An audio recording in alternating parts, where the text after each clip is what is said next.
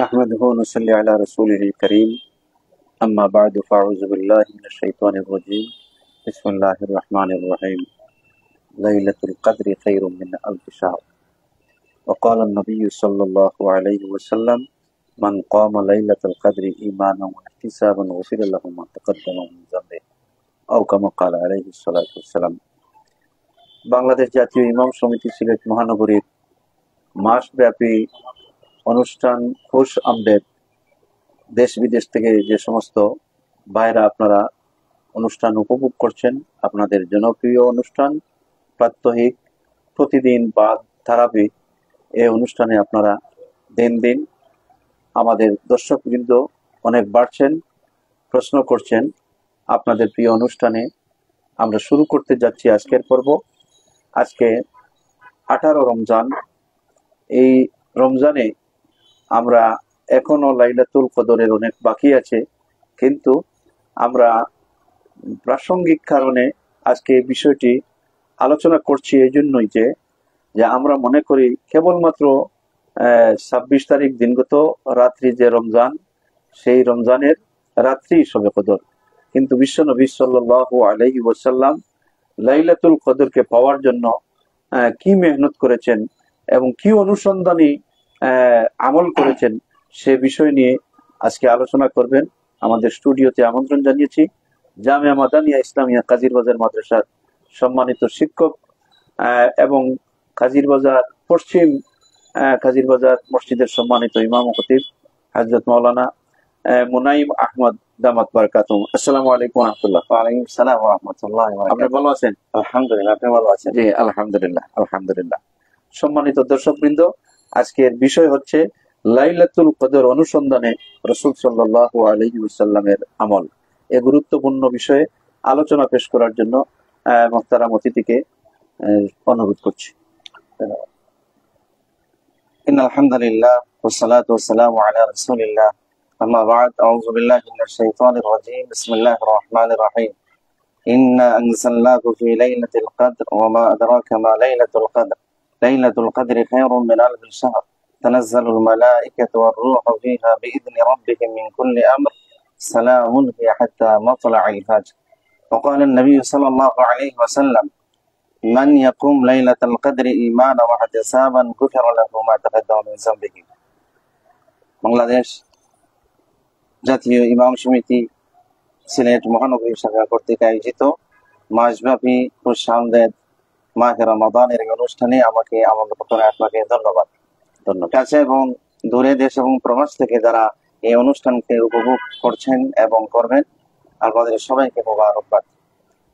আমরা আজ আলোচনা করবো লাইলাতুল কদরে। রাসূল কারীম সাল্লাল্লাহু আলাইহি ওয়াসাল্লাম লাইলাতুল কদর অনুসন্ধানে যে দিক নির্দেশনা দিয়েছেন। আমরা জানি রাসূল কারীম সাল্লাল্লাহু আলাইহি ওয়াসাল্লাম এই লাইলাতুল কদরের তাৎপর্য, গুরুত্ব আল্লাহ তাবারাকা ওয়া তাআলা কোরআনে কারীমের যে স্বতন্ত্র একটি সূরা নাযিল করেছেন, এটা উম্মতের সামনে বলে দিয়েছেন, জানিয়ে দিয়েছেন।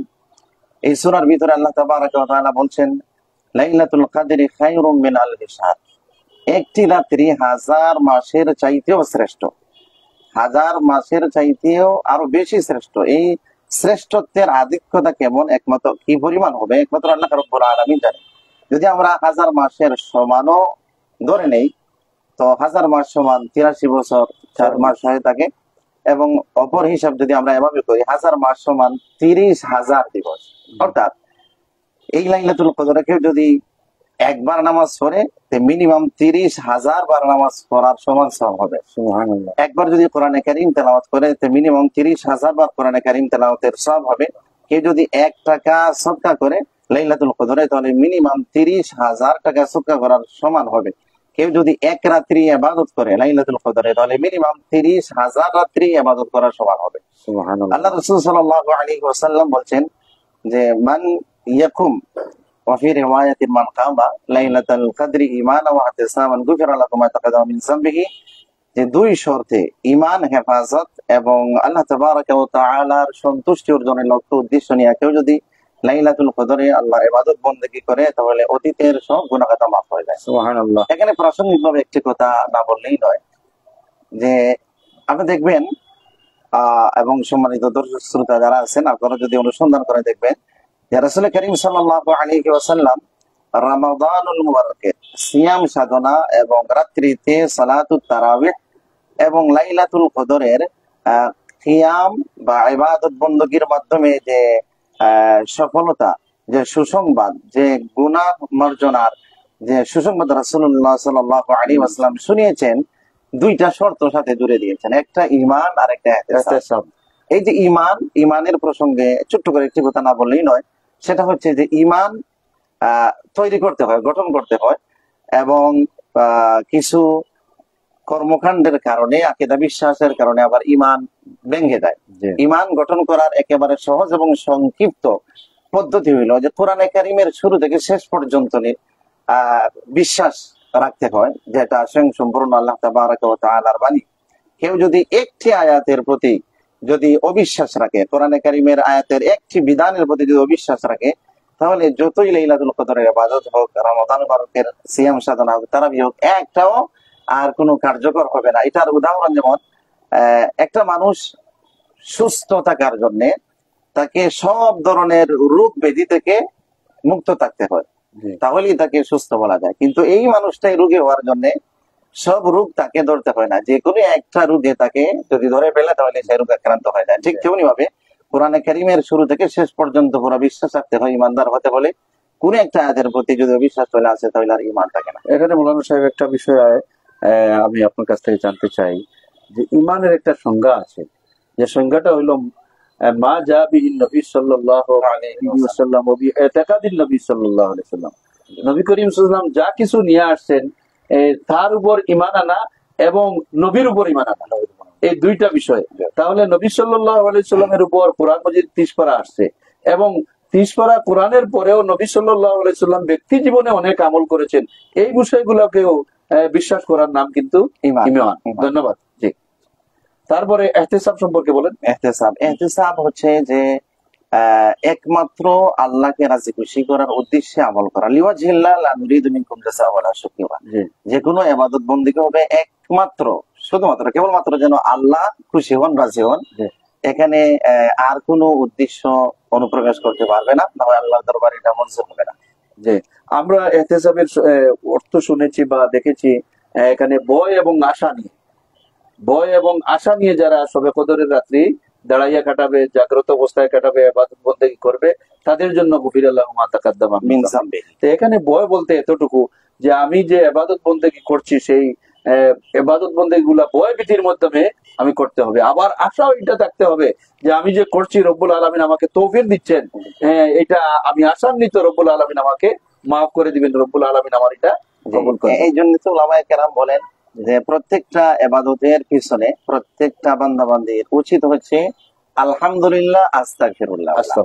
আলহামদুলিল্লাহ যে আল্লাহ তাআলা তৌফিক দিয়েছেন এই জন্য, আর আস্তাগফিরুল্লাহ এই জন্য যে আল্লাহ যেভাবে মহান, আল্লাহর শান অনুযায়ী আমার পক্ষে ইবাদত বندگی করা সম্ভব নয়। এই জন্য আস্তাগফিরুল্লাহ, নিজেকে ত্রুটি হতে পারে, এটা আস্তাগফিরুল্লাহ বলা। আচ্ছা, যাই হোক, এখন আপনার কাছ থেকে আমরা জানতে চাইবো যে রাসূল সাল্লাল্লাহু আলাইহি ওয়াসাল্লাম শবে কদর পাওয়ার জন্য কি কি আমল করেছেন বা কি প্রস্তুতি নিয়েছেন, বা ওনার আমল কি ছিল, সেই বিষয়টি দর্শকদের উদ্দেশ্যে একটু বলেন। সুন্দর প্রশ্ন, মাশাআল্লাহ। বুখারী শরীফের কিতাব ফাজলি লাইলাতুল কদরে এসেছে যে হযরতে আয়েশা সিদ্দিকা রাদিয়াল্লাহু তাআলা আনহা বর্ণনা করেন যে কানা নবী সাল্লাল্লাহু আলাইহি ওয়াসাল্লাম ইযা দাখালাল আশরু শাদ্দা মিজারাহু ওয়া আহইয়া লাইলাহু ওয়া আইকাযা আহলা।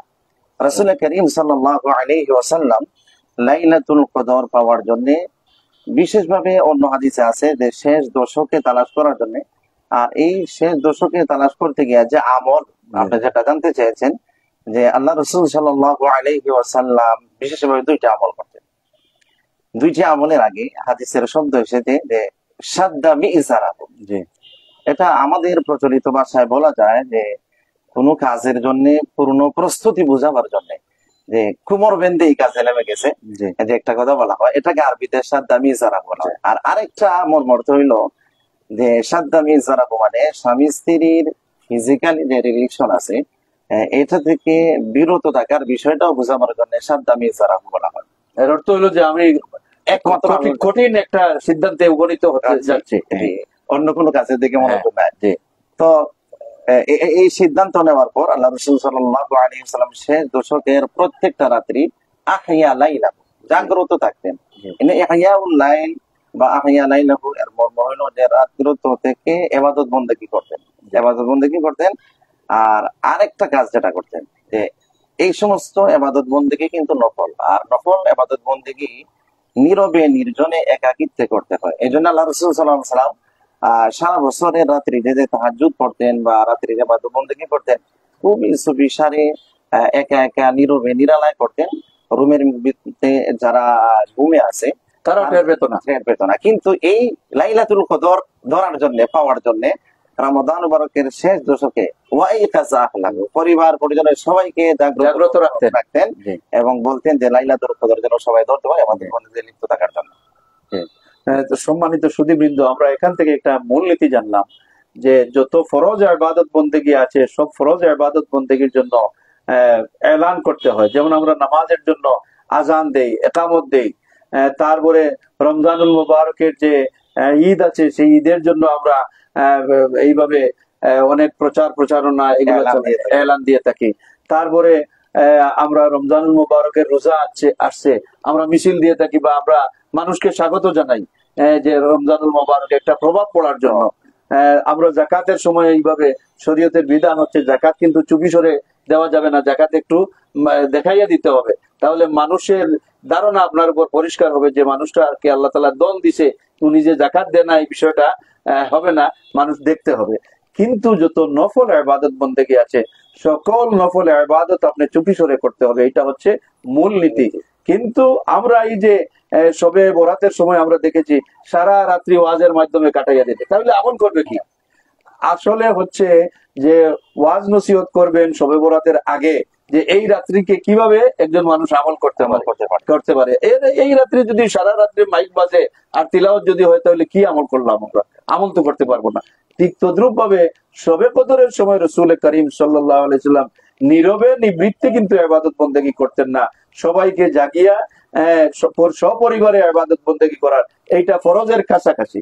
আমি মনে করি যে এটা ফরজের কাছাকাছি এত বেশি গুরুত্ব, কারণ ফরজ একক আদায় করলে এক জোহরের নামাজ আমি একক আদায় করলে একক আদায় হইলো, আর যদি শবে কদরের রাত্রিতে আমি একক নামাজ আদায় করি তাহলে মিনিমাম 30,000 বছর, তাহলে 30,000 সমান মিনিমাম। তাহলে দেখেন ফরজের কাছাকাছি। তাহলে এই শবে কদরের রাত্রিতে কিন্তু আমরা বসে থাকবো না, অলসতা করবো না, ঘুমাবো না। আমরা কমপক্ষে 365 রাত্রির মধ্যে একটা রাত্রি যেন আমরা জাগিয়ে কাটিয়ে দিতে পারি।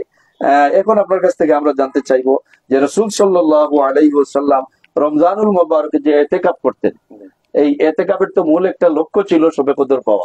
এই ইতিকাফ কিভাবে করতেন এই দর্শকদের উদ্দেশ্যে একটু বলেন। সুন্দর প্রশ্ন। মাশাআল্লাহ, রাসূল করিম সাল্লাল্লাহু আলাইহি ওয়াসাল্লাম ইতিকাফে যে বসতেন আসলে লাইলাতুল কদরের মর্যাদাকে ধরার জন্য। তো লাইলাতুল কদর কিভাবে ধরা যায়? রাসূল করিম সাল্লাল্লাহু আলাইহি ওয়াসাল্লাম বলেছেন তাহাররাউ লাইলাতুল কদরি মিনাল আশরিল আওয়াখির মিন রমাদান ওয়া ফি রিওয়ায়াতিন তাহাররাউ লাইলাতুল কদরি ফিল উইতরি মিনাল আশরিল আওয়াখির মিন রমাদান। অর্থাৎ রাসূল করিম সাল্লাল্লাহু আলাইহি ওয়াসাল্লাম বলেন যে রমাদান মুবারকের শেষ দশকে বিশেষ করে বেজুর রাত্রি গুলাতে লাইলাতুল কদর ধরার জন্য তালাশ করার জন্য আল্লাহ রাসূল সাল্লাল্লাহু আলাইহি ওয়াসাল্লাম বলেছেন। তো ইতিকাফে নবীজি সাল্লাল্লাহু আলাইহি ওয়াসাল্লাম বসতেনই এই লাইলাতুল কদর ধরার জন্য। সম্মানিত দর্শক শ্রোতা, নিশ্চয়ই আপনারা বুঝতে পারছেন আল্লাহ হাবিব সাল্লাল্লাহু আলাইহি ওয়াসাল্লাম রমজান মুবারকের শেষ দশকের বিশেষ করে বেজুর রাত্রি গুলাতে 21, 23, 25, 27 এবং 29 রাত্রিগুলাতে জাগ্রত থেকে বেশি বেশি ইবাদত বন্দেগী করতেন। কোরআনে কারীম তেলাওয়াত, এরপরে ইস্তেগফার, নফল নামাজ, তাহাজ্জুদের নামাজ, এভাবে করে আল্লাহ রাসূল সাল্লাল্লাহু আলাইহি ওয়াসাল্লাম এবং নামাজের ক্ষেত্রে রুকু সেজদার ক্ষেত্রে অত্যন্ত ধীরস্থির ভাবে, অত্যন্ত সুন্দর ভাবে, লম্বা চওড়া করে এগুলি আদায় করেছেন। এখানে আমরা হাদিস শরীফের মধ্যে পাই যে রাসূল সাল্লাল্লাহু আলাইহি ওয়াসাল্লাম রমজানুল মুবারকের প্রথম দশকে ইতিকাফ করছেন, দ্বিতীয় বছর দ্বিতীয় দশকে করছেন, এরপরে তৃতীয় দশকে করছেন, তো এটার মাহাত্ম্য কি? আল্লাহ রাসূল সাল্লাল্লাহু আলাইহি ওয়াসাল্লাম প্রথম দশকে ইতিকাফ করে অনুসন্ধান করেছিলেন লাইলাতুল কদর পাওয়া যায় কিনা, জি। কিন্তু তিনি পাননি। জি দ্বিতীয় বদর আবার দ্বিতীয় দশকে, তখনও তিনি পাননি। তখন আল্লাহ রাসূল সাল্লাল্লাহু আলাইহি ওয়াসাল্লাম চূড়ান্ত সিদ্ধান্ত দিয়ে দিয়েছেন জি। যে নিশ্চয়ই লাইলাতুল কদর শেষ দশকে আছে। জি। যেহেতু উম্মতের কষ্ট হবে এই দিকটা বিবেচনা করে আরো সংকুচিত করে দিয়েছেন শেষ দশকের বেজুর রাত্রিগুলা। সুবহানাল্লাহ। তাহলে আমরা পাইলাম যে রাসূল সাল্লাল্লাহু আলাইহি ওয়াসাল্লামের দিক নির্দেশনা অনুযায়ী শেষ দশকের 5টি রাত্রি। 5টি রাত্রি। সম্মানিত দর্শক শ্রোতাবৃন্দ, আমরা অনুষ্ঠানের শেষ পর্যায়ে চলে আসছি। মুহতারাম মাওলানা সাহেবের কাছ থেকে আমরা অত্যন্ত গুরুত্বপূর্ণ বিষয় শুনলাম, ইতিকাফ এবং শবে কদর, এই দুটি বিষয় নিয়ে। আপনারা 24 ভয়েসের মাধ্যমে এই অনুষ্ঠানটি দেখতে পাচ্ছেন রমজানের শুরু থেকে।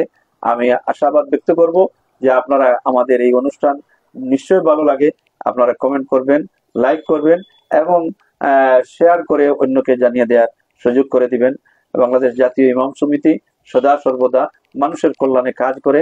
ইমামদের এই সংগঠন 1984 ইংরেজি সনে শুরু হয়েছিল ঢাকার রাজধানী থেকে। আর আলহামদুলিল্লাহ আমাদের সিলেট সহ বাংলাদেশের প্রত্যেকটা জেলা উপজেলা কমিটি আছে। আমাদের সিলেট মহানগরীর ওয়ার্ড পর্যন্ত আমাদের কমিটি আছে। খুব আমরা সুসংগঠিত ভাবে দেশ এবং জাতির কল্যাণে আমরা কাজ করছি। আপনারা সবাই ভালো থাকুন, সুস্থ থাকুন। আসসালামু আলাইকুম ওয়া রাহমাতুল্লাহ।